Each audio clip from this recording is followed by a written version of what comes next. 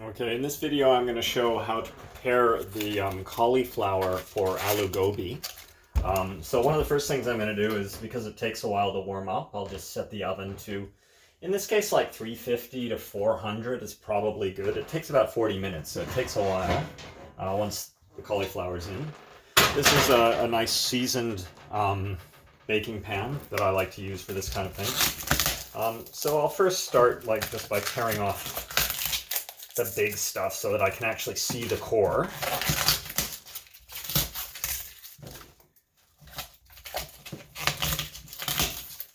Okay, so this one's actually a bit harder to get at, so I'll just give this a quick chop.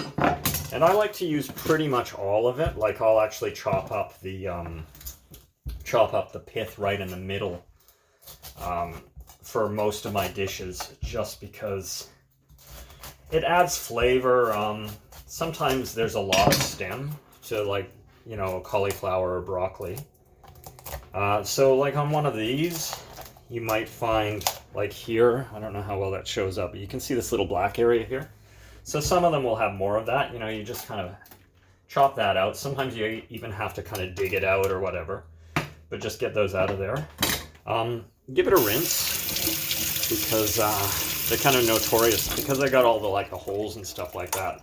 They're kind of notorious for getting stuff in them. So, if I was going to eat it raw, I'd probably soak it in salt water overnight or something. But I always cook my cauliflower and broccoli. I just prefer them that way. And so before I get on to, I would normally do the both at the same time, but I'm going to just clean off my cutting board, because you saw kind of how grubby the outside of that can be. Is that nice? Now again, basically just go in here and kind of get through the bits that I'm probably not going to cook with. So it's basically the leafy bits. And then kind of just pick a nice point and just start working your way in. So just work it around, kind of like you're cutting a box out of it, or a little, and then probably tear apart at a certain point and come apart really nicely. Just pull out any little bits that you definitely don't think you're going to cook, or don't want in your dishes. So like I say, this little bit here, that's actually still good eating, and I just cook it differently than I will, say, a floret. What I'm doing now, I can probably get away with fairly large pieces, because I'm basically going to toss these in the oil, which I'll show you next. So they all just go into this big pan over here. So I'll put this up just so you can see, kind of see. Okay. So pull these apart. There's one on the floor. So depending on how clean your floor is and things like that, normally if I drop something on the floor, I will just wash it and then keep cooking with it. Unless, it depends on what it is. If it's something that's going to go mushy or maybe pick up stuff. But a lot of the time, that's not a big deal.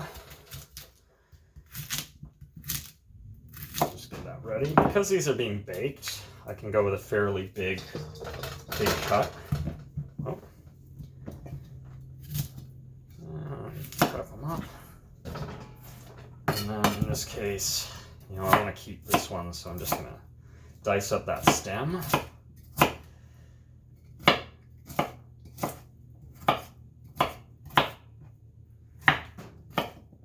Okay, nice small bits.